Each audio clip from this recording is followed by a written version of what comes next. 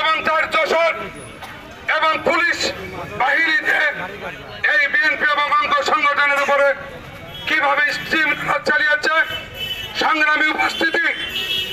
আবার সেই ষড়যন্ত্র চলছে, এই বিএনপি নিয়ে আবার ষড়যন্ত্র চলছে। আমাদের মাঝে এমন কিছু বিদেশি কুচক্র মহল এবং এই খুনি হাসিনা, এই পার্শ্ববর্তী দেশ, এই ভারতবর্ষে লীলক্ষা করছে এবং বিভিন্ন ষড়যন্ত্র আছে। এই ষড়যন্ত্রে যাতে জাল বোনাতে না পারে সেই দিকে আমাদেরকে লক্ষ্য রাখতে হবে। উপস্থিতি আমরা দেখছি বিভিন্ন সময় ফেসবুকে বিভিন্ন সময় বিভিন্ন ভাবে উস্কানিমূলক ফেসবুকে লাইভ দিচ্ছে। আমরা বলতে চাই আপনারা যে সমস্ত আওয়ামী লীগের সন্ত্রাসী যে সমস্ত বাহিনীরা আছেন আপনাদেরকে হুঁশিয়ার করে বলতে চাই, আপনারা যদি সুন্দর সুস্থভাবে থাকতে চান তাহলে আপনারা সঠিকভাবে থাকার চেষ্টা করেন। যদি কোনো সময় ষড়যন্ত্রে লিপ্ত হন এবং বাড়াবাড়ি করেন এবং বিএনপির ঘাড়ে চড়ে ষড়যন্ত্রে লিপ্ত করতে চান তাহলে তা আপনাদের পিঠের চামড়া থাকবে না। আপনারা ইতিমধ্যে দেখছেন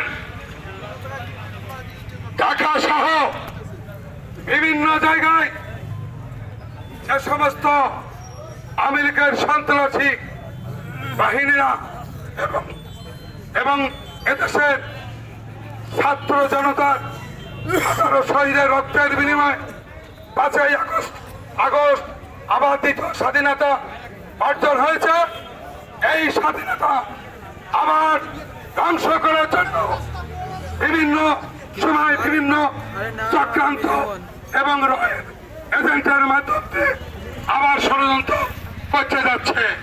সংগ্রামী ভাইয়েরা, আমরা এই সমস্ত বিভিন্ন সময় দেখছি বিভিন্ন লিফলেট বিভিন্ন জায়গায় ফেলে ফেলে চলে যাচ্ছেন। কারা ফেলছেন আমাদের লক্ষ্য আছে, তারা এলাকায় ঘোরাফেরা করছেন। আপনারা ভালোভাবে ঘোরাফেরা করছেন, ভালোভাবে থাকেন। যদি ভালোভাবে না থাকতে চান আমাদেরও খারাপ হতে বা আমার অঙ্গ সংগঠনের ছেলেদের খারাপ হতে সময় লাগবে। আমরা বলতে চাই আমরা সুন্দর শৃঙ্খল ভাবে আমরা আমাদের প্রোগ্রাম করতে চাই, করছি। আমাদের বর্তমান আমাদের সারা বাংলাদেশে আমাদের বর্তমান কমিটি গঠন হচ্ছে। আমরা যাতে সুন্দর সুস্থভাবে এই কমিটি করতে পারি, কোন সময় যাতে এই আওয়ামী লীগ বা বিভিন্ন সংগঠন আমাদের মাঝে যাতে কোন সময় চক্রান্ত ঢুকতে না পারে। আমি বিশেষ কিছু বলবো না, আমার শারীরিক সমস্যা এবং গলার সমস্যা, আমি আর বিশেষ কিছু বলবো না। আমি এই বলে শেষ করছি। এবারে বক্তব্য রাখবেন আমাদের নেতা শ্রীপুরের কোন মানুষের নেতা জনাব বদরুল আলম।